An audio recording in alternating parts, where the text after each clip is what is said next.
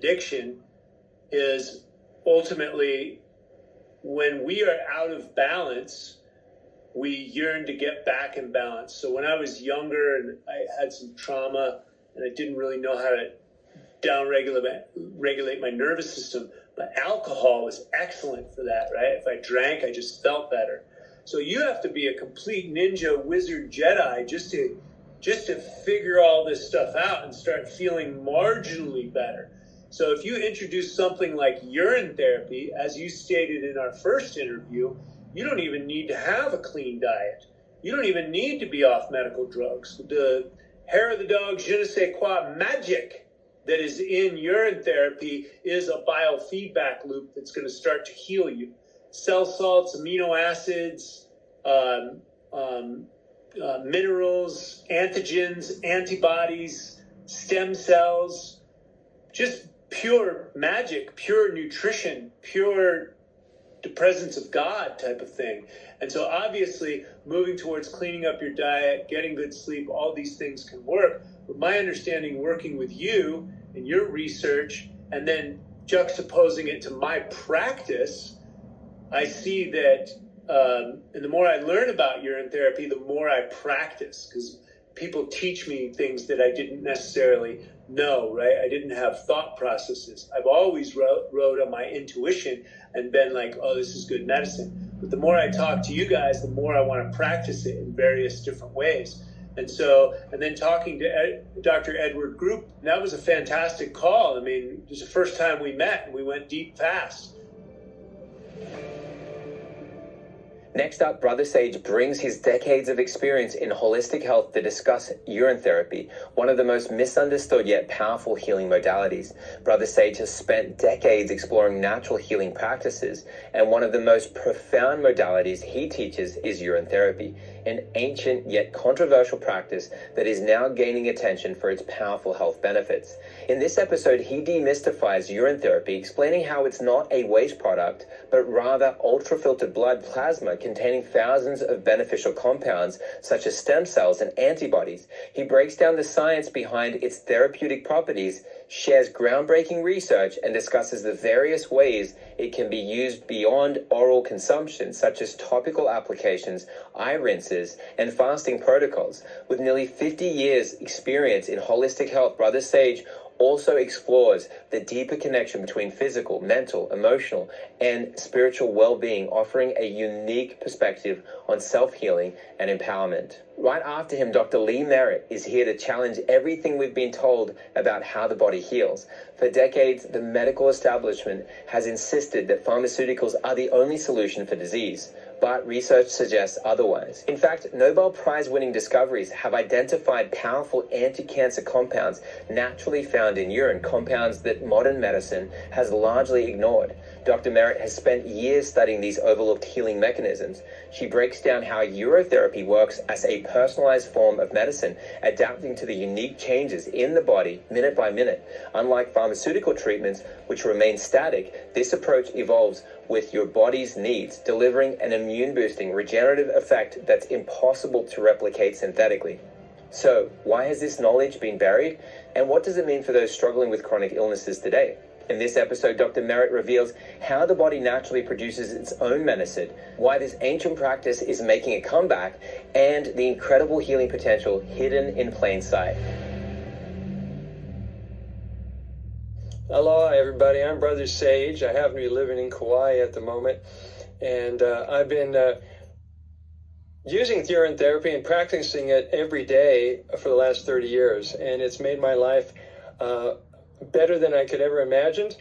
And one of the reasons I'm here today on this series is to take the message and the approach and the philosophy to a much wider audience, so more and more people can find answers to their health challenges and be able to empower themselves to heal themselves.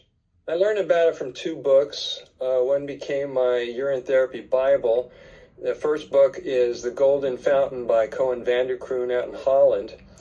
We're looking at 1994, so there wasn't but maybe 6 to 8 books on the subject around the planet. People heard about Water of Life, John Armstrong, Your Perfect Medicine by Martha Christie, and various other ones out there. The other book, which also I introduced into my collection and started reading more closely, is The Secrets of Youthing by Leonard Orr. In the book, he describes how he healed everything using urine, from health challenges to senility and Alzheimer's and just all kinds of challenges that he was facing. There's two versions of history, and a lot of your viewers know this. There's the recorded version of history, and then there's the history telling version, where it's passed down from family to family, and then it makes its way into the community, into the village or whatever. So according to written history, we go back 5,000 years to what's known as the Damar Tantra. It's a well-known Hindu text in which Shiva is laying out this 9-year program to his partner Parvati, how to heal everything using their water, and at the end, achieve physical mortality. Well, I like to point out that the non-written history version goes back even earlier than that, and nobody knows exactly when it is. It may be when the first baby was born, and mom said, just drink your water, you'll be just fine.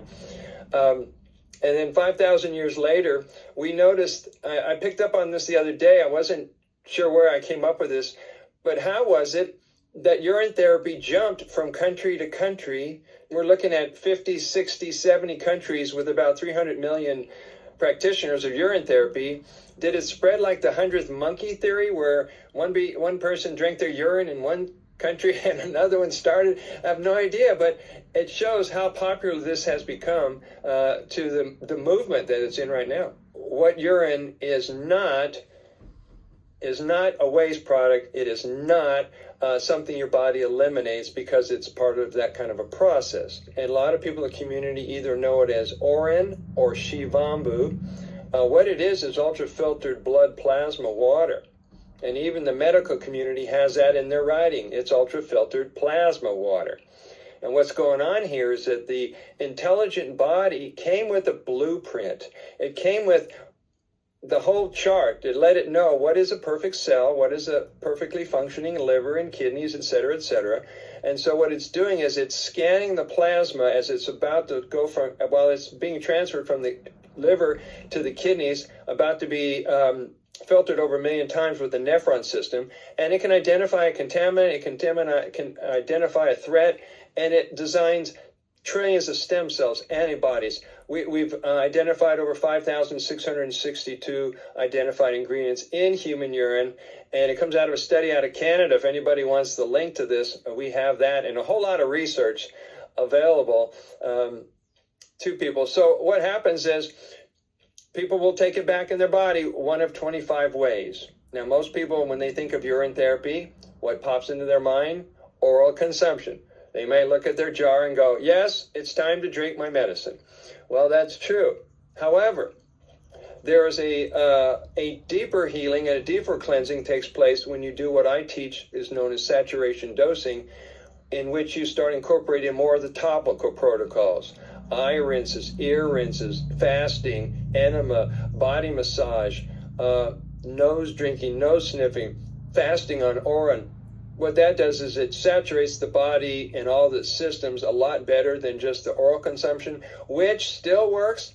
But if you're really having a difficult health challenge and you've been in pain and you've been suffering, the way to speed up that process to include more into your body and bring it in on any of the topical protocols you can imagine.